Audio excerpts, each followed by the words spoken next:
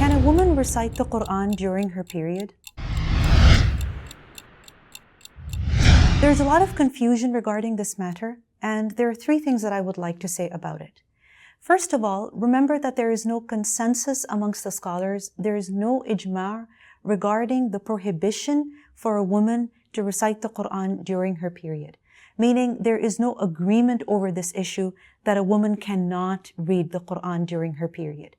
This is something that has always been a difference of opinion. Secondly, there are parts of the Qur'an which we are taught to recite regularly in the morning, in the evening, at nighttime for our protection and our healing.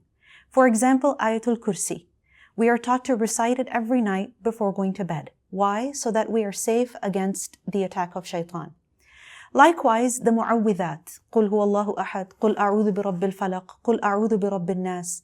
These are essential for the purpose of protecting ourselves against evils that exist. And then thirdly, there is also Surah Al-Fatiha, which is shifa, which is a cure and healing. So if a woman is not allowed to recite the Qur'an during her period, this means that she's not reciting Ayatul Kursi, she's not reciting the surahs for protection, she's not reciting Surah Al-Fatiha for healing. If her children fall ill, she cannot recite it on them. And this doesn't seem realistic at all. Thirdly, we should remember that there is no clear text that prohibits the recitation of the Qur'an for a menstruating woman.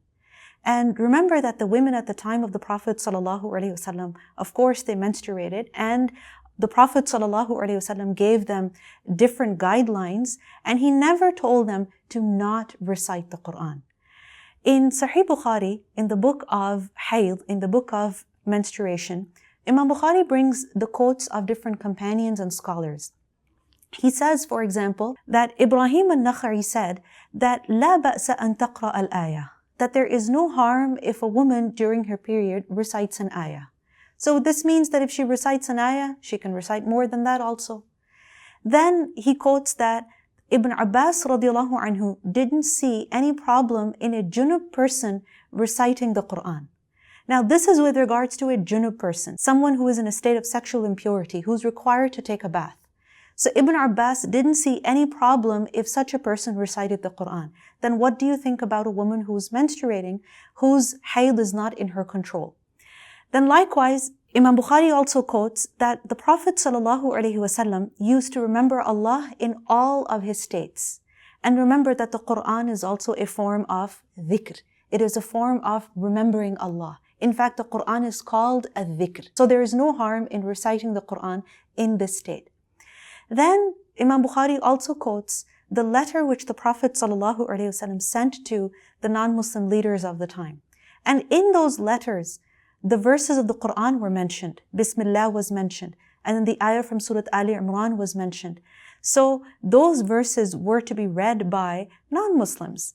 Now, of course, the body of a Muslim is tahir, it is pure. So just because a woman is in her period, it doesn't mean that she cannot recite the Qur'an. Her mouth is clean, her tongue is clean, and the Qur'an is in her mind. She has memorized portions of it. So does it mean that during her period she has to bring them out of her heart, of her memory?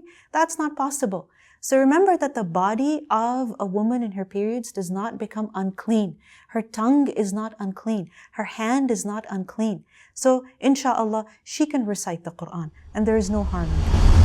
Hey, thank you for watching, and subscribe so you can continue to get the rest of the videos. I don't know whether somewhere over here, there, whatever, whatnot. It's beautiful, this series of videos, FaithIQ, and we need your support, and that's by watching it, by sharing it, and then by donating towards it so we can continue to make more videos that deal with more of your issues. Jazakumullah khair wa assalamu alaikum wa rahmatullah.